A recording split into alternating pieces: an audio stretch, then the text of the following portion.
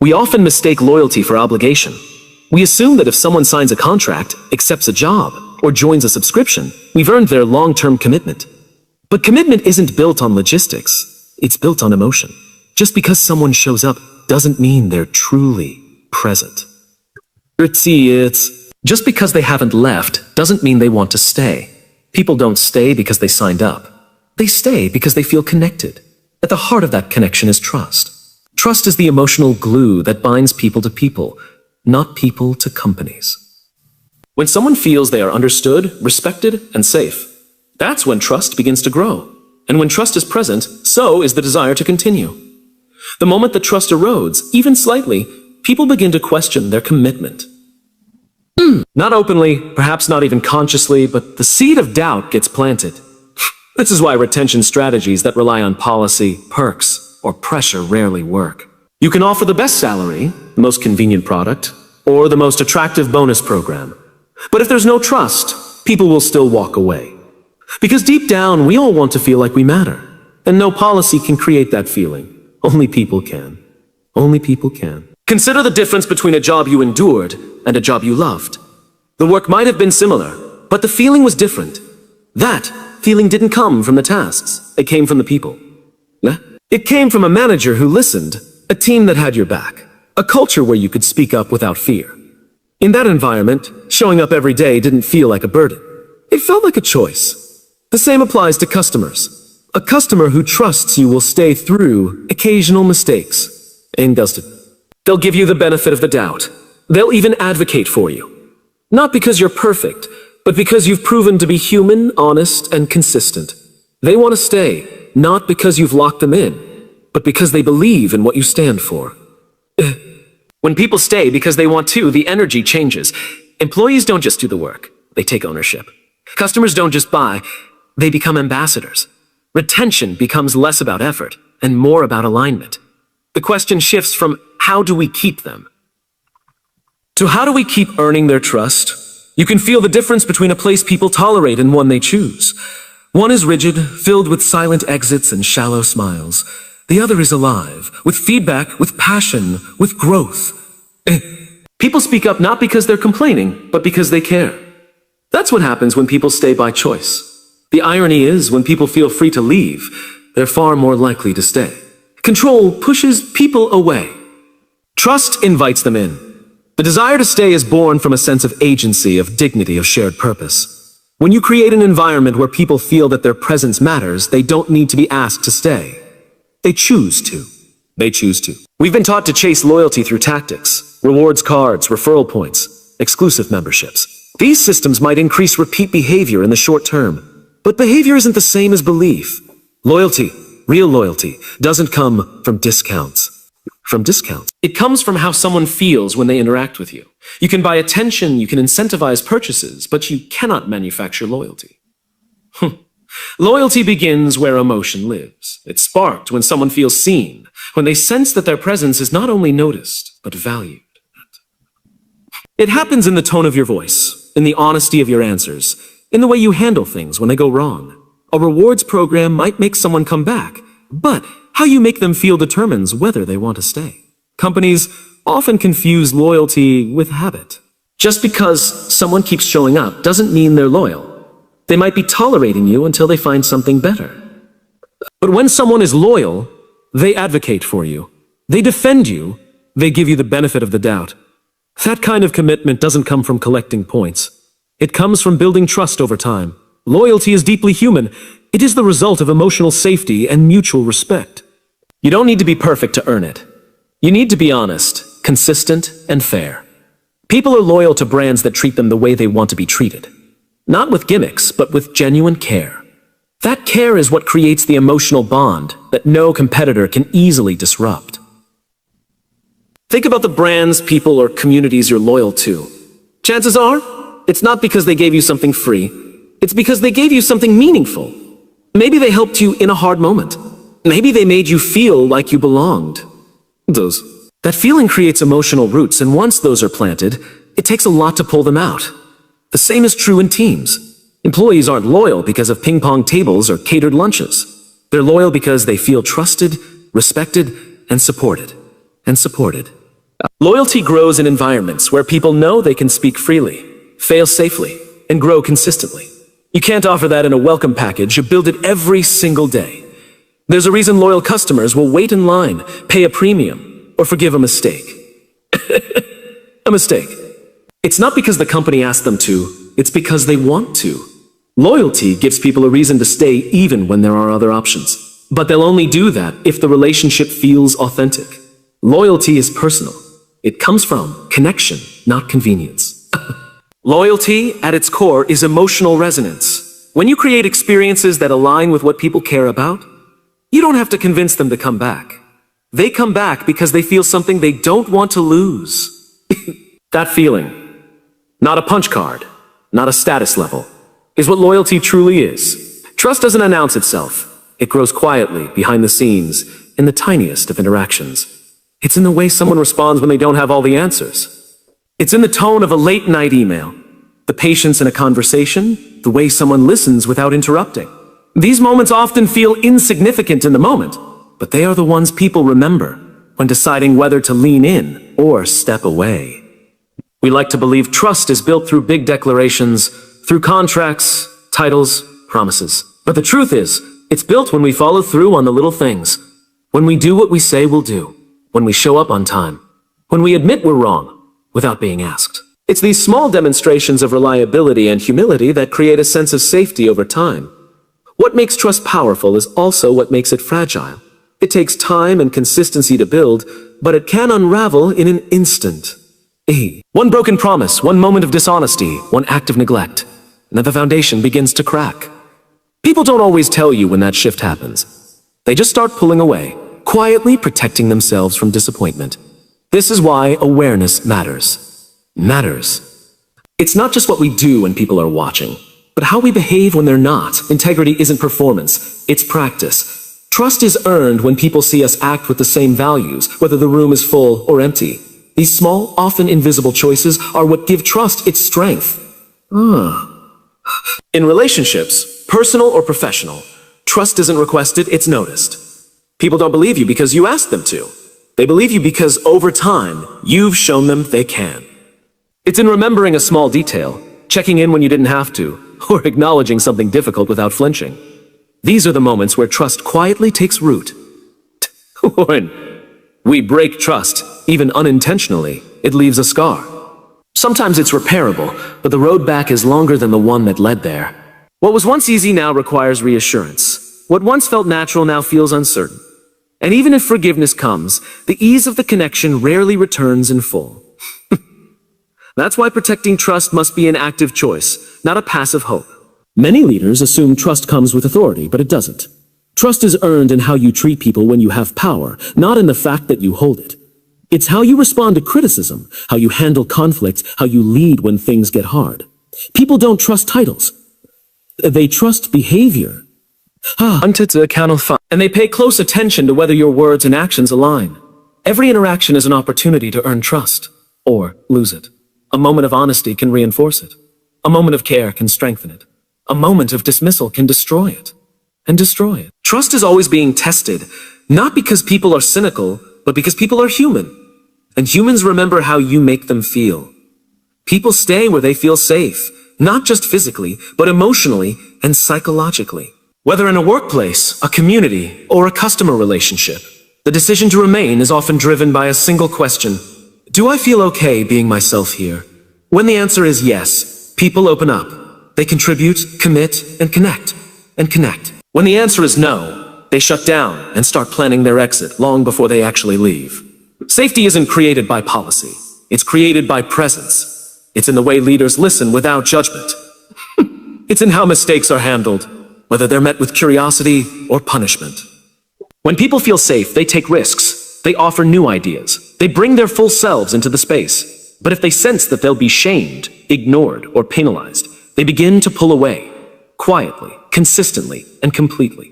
In teams, safety means more than compliance. It means knowing that speaking up won't backfire.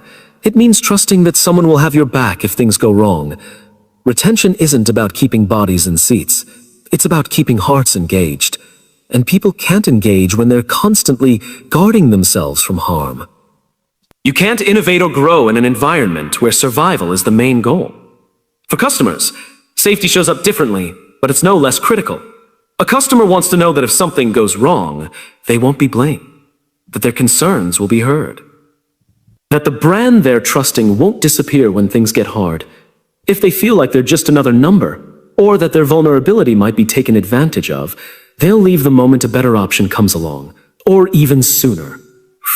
The most powerful retention strategies don't start with benefits. They start with belonging. People stay where they don't have to wear a mask, where they can ask questions, express doubts, and show emotion without being seen as weak. That sense of safety creates loyalty not out of obligation, but out of genuine connection. It's not a cage. It's a choice. You can feel the difference in environments that prioritize safety. People laugh more. They collaborate faster. There's a sense of ease, of mutual trust, of shared humanity. These are the places where people stay for years, not because they can't find something else, but because they don't want to start over somewhere that might not feel the same. Safety becomes the quiet anchor that holds them in place. Leaders who foster safety don't avoid accountability. They redefine it. They focus on learning over blame, on openness over control. This doesn't mean lowering standards. It means creating conditions where people can actually meet them. High performance thrives in safe spaces because people aren't wasting energy managing fear. They can direct that energy into the work, into the relationship, into the mission. Retention is the result of 1,000 signals that say, you matter here, you're respected here, you can grow here, you can grow here. And when those signals are clear and consistent, people stop looking for the door. Not because they're trapped, but because they feel secure enough to stay. A transaction is simple. One party gives, the other receives, and the interaction ends. But a relationship goes further. It extends beyond the moment, beyond the product or service exchanged. Trust is what carries people from the surface of a transaction into the depth of a relationship. Without trust, every interaction resets. With trust, each interaction builds on the last. When someone trusts you, they don't just buy from you. They believe in you. They return not because they have to, but because they want to. That belief shifts everything. It shifts the tone of the conversation, the forgiveness during mistakes, the patience when things take longer. A trusted relationship can survive where a transactional one would crumble. Trust transforms the experience. It changes the language from "what do I get" to "what do we share." It moves the dynamic from extraction to connection. Customers become community members. Clients become collaborators. Employees become partners. The walls between roles begin to soften, and the sense of mutual investment starts to grow. You can feel the difference between being served and being cared for. In a transaction, the goal is efficiency. In a relationship, the goal is understanding. One is about speed. The other is about meaning. Trust makes space for empathy. It allows for nuance. It brings humanity back into the exchange and reminds everyone involved that they're not just a number. The irony is that strong relationships often lead to more transactions, but the focus isn't on the sale. It's on the person. Trust earns you permission to stay in people's lives longer. It earns you second chances, thoughtful referrals, honest feedback. These are things you can't demand. They only come when people feel you're in it for more than the bottom line. For teams, trust turns compliance into commitment. An employee doing what's required is one thing. An employee who feels trusted is different. They speak up more, care more, and think long-term. They become emotionally invested in the outcome. That investment creates a relationship between them and the mission. And suddenly, work isn't just a job. It's something they feel connected to. Trust also lowers friction. In transactional relationships, people constantly question motives. They read the fine print. They hesitate. But in trusted relationships, there's a sense of ease. Decisions happen faster. Conversations go deeper. People stop bracing for disappointment and start leaning in. Trust clears the noise so real connection can happen. Ultimately, it's not the transaction that keeps people coming back. It's the relationship formed around it. And that relationship is only possible when trust is present. When people feel like more than a customer, more than a user, more than a resource. When they feel seen, valued, and safe, they stay. Not because of what they get, but because of what they're part of. Loyalty doesn't respond to pressure. You can't force someone to care. You can't insist that people stay with you, support you, or fight for you just because they once did. Loyalty is earned, and it's earned through consistent action, not expectation.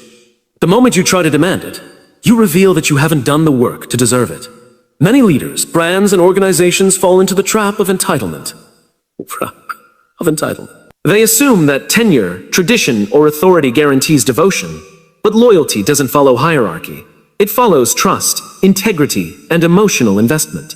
If those aren't present, no amount of time or title will hold people in place. People don't stay where they're told to be loyal. They stay where they feel proud to be loyal.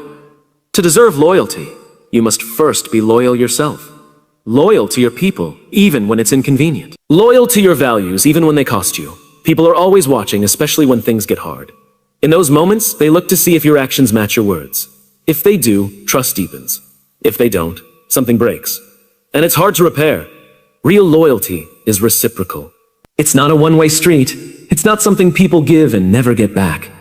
When someone feels defended, protected, and supported over time, they naturally want to give that same energy in return. It becomes a mutual commitment. And that kind of loyalty can't be bought. It must be built through honesty, courage, and care. You earn loyalty by being reliable when no one is checking, by doing the right thing when it's not profitable, by listening when it would be easier to walk away. These choices, the quiet, everyday ones, are what form the foundation of lasting commitment. People don't become loyal overnight.